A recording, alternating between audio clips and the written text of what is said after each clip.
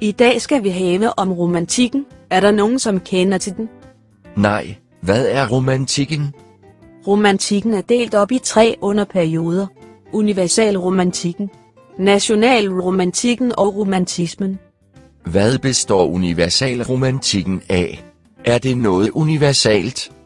Universalromantik er første fase i romantikken fra ca. 1800 til 1807, og er derved den korteste periode i romantikken.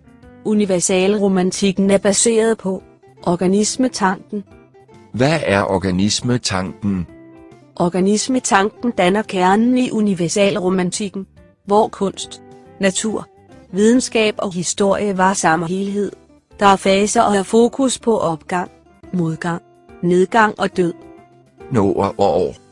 Helhed var gennemstrømmet af den samme ånd. Ånden var forstået som en guddommelig besjæling eller det absolutte. Hvad med nationalromantikken?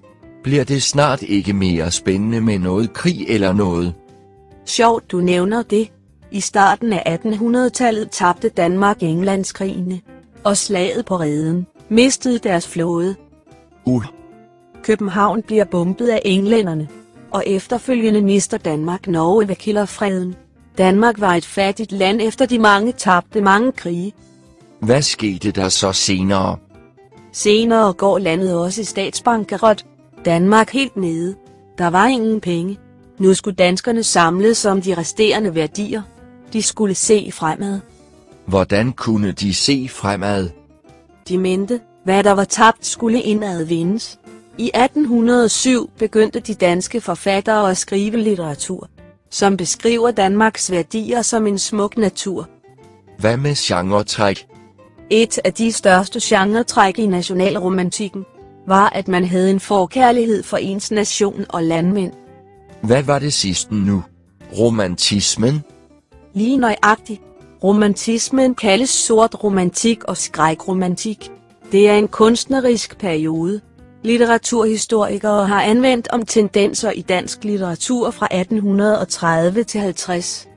Er romantismen en periode for sig selv? Perioden kan både ses som en selvstændig periode i romantikken, eller som en underperiode, allerede fra 1800 til 1850. Er der noget, man har specielt fokus på? I romantismen har man specielt fokus på det uhyggelige, det splittede, det skumle og det særprægede, som er det enestående træk. Nå, hvad med forfatterne i perioden? Forfatterne begyndte at gøre op mod det daværende Biedermeier. Biedermeier er en stilperiode inden for litteratur, musik, kunst, arkitektur fra 1815 til 1860. Cool.